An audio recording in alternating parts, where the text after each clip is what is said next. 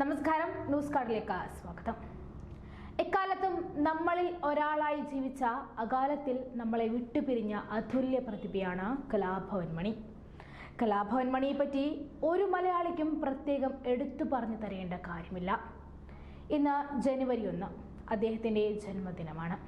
തൻ്റെ അഭിനയം കൊണ്ടും നാടൻ പാട്ടുകൾ കൊണ്ടും ആളുകളുടെ മനം കവർന്ന അല്ലെങ്കിൽ അവരെ കയ്യിലെടുത്ത ഒരാളുണ്ടെങ്കിൽ അത് കലാഭവൻ മണി മാത്രമാണ്.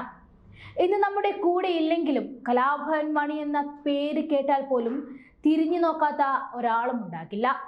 ഇന്നും ഉത്സവ പറമ്പുകളും ആഘോഷരാവുകളും അടക്കി വാഴുന്നത് കലാഭവൻ മണിയുടെ നാടൻ പാട്ടുകൾ തന്നെ.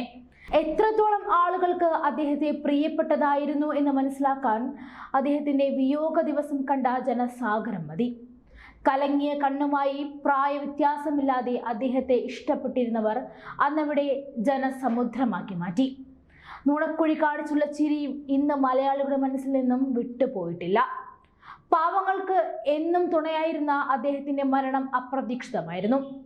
1971 പുതുവത്സര ദിനത്തിൽ തൃശൂർ ജില്ലയിലെ ചാലക്കുടി ചേരത്തുനാട് കുന്നിശ്ശേരി വീട്ടിൽ രാമന്റെയും അമ്മിണിയമ്മയുടെ മകനായിട്ടാണ് കലാഭവൻ മണി ജനിക്കുന്നത്.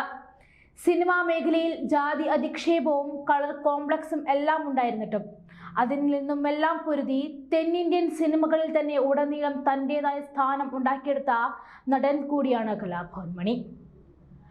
കലാഭവനിലൂടെ ജീവിതം ആരംഭിച്ച അദ്ദേഹം അക്ഷരം എന്ന സിനിമയിലൂടെ ഓട്ടോ ഡ്രൈവറുടെ വേഷത്തിലാണ് സിനിമാ മേഖലയിലേക്ക് അരങ്ങേറുന്നത്. സല്ലാപം എന്ന ചിത്രത്തിലെ ചെത്തുകാരൻ രാജപ്പന്റെ വേഷം മണിയെ വളരെ ശ്രദ്ധേയനാക്കി. പിന്നീട് അദ്ദേഹത്തിന് തിരിഞ്ഞു നോക്കേണ്ടി വന്നിട്ടില്ല. കോമഡിയിലൂടെ വന്ന് കുടുകുട ചിരിപ്പിച്ച മണി പിന്നീട് കരിമാടിക്കുട്ടനിലൂടെയും വാസന്തിയും ലക്ഷ്മിയിലൂടെയും വന്ന് കരയിപ്പിച്ചു. തമിഴിലെ മുൻനിര നായകന്മാർക്കെല്ലാം വില്ലനായി മണിയെത്തി. അദ്ദേഹത്തിന്റെ വില്ലനിസത്തിൽ രജനീകാന്ത് പോലും മുട്ടുമടക്കി.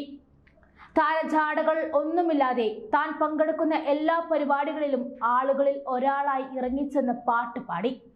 ഇന്നും കലാഭവൻ മണിയുടെ പാട്ടിനോട് മുട്ടി നിൽക്കാൻ ഒരു പാട്ടിനും ആയിട്ടില്ല.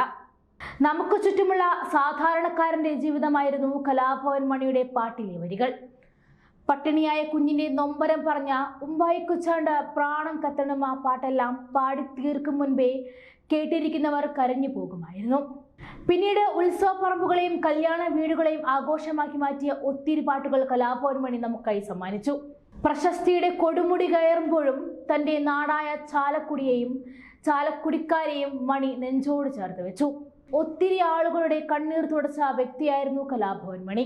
വീട്ടിലെ ഒരംഗത്തെ പോലെ കണ്ടിരുന്ന മണിയുടെ വിയോഗം വലിയ ഞെട്ടലാണ് എല്ലാവരിലും ഉണ്ടാക്കിയത്. 2016 മാർച്ച് 6 കരൾ രോഗം മൂർച്ഛിച്ചതിനെ തുടർന്ന് കൊച്ചിയിലെ അമൃത ആശുപത്രിയിൽ പ്രവേശിപ്പിച്ച അദ്ദേഹം ഈ ലോകത്തോട് വിട പറഞ്ഞത്. ഏറെ ദുരൂഹതകൾ ബാക്കിയാക്കി തന്റെ പാടിയിൽ വെച്ചാണ് അദ്ദേഹം വിട പറയുന്നത്. നൊമ്പരങ്ങൾ സമ്മാനിച്ച പ്രിയ നടൻ കലാഭവൻ മണി പോയി മറിഞ്ഞിട്ടിപ്പോൾ 7 വർഷങ്ങൾ കഴിഞ്ഞിട്ടും അദ്ദേഹത്തിന്റെ ഓർമ്മയ്ക്ക് വേണ്ടി ജീവവായുവായി കണ്ടിരുന്ന ഓട്ടോറിക്ഷയും അവസാന നാളിൽ കഴിഞ്ഞ പാടിയുമെല്ലാം ഇന്നും വന്ന് സന്ദർശിക്കുന്നവരുണ്ട്. പരിഭവങ്ങൾ പറഞ്ഞ് കണ്ണീരൊപ്പുന്നവരുണ്ട്. മണ്ണിൽ നിന്നും പോയാലും മനസ്സിൽ നിന്നും പോവില്ല എന്നാണ് മണി എന്ന നടനെ പറ്റി എല്ലാവർക്കും പറയാനുള്ളത്. അദ്ദേഹം ഉണ്ടാക്കിയ ഓളവും നൽകിയ സ്നേഹവും ചെറുതല്ലായിരുന്നു. അതുകൊണ്ട് തന്നെ 2 ദശാബ്ദം ആരാധകരെ ചിരിപ്പിച്ച് കരയിപ്പിച്ച് ചിന്തിപ്പിച്ച മണിയുടെ ഓർമ്മകൾക്ക് പക്ഷേ മരണം ഇല്ല.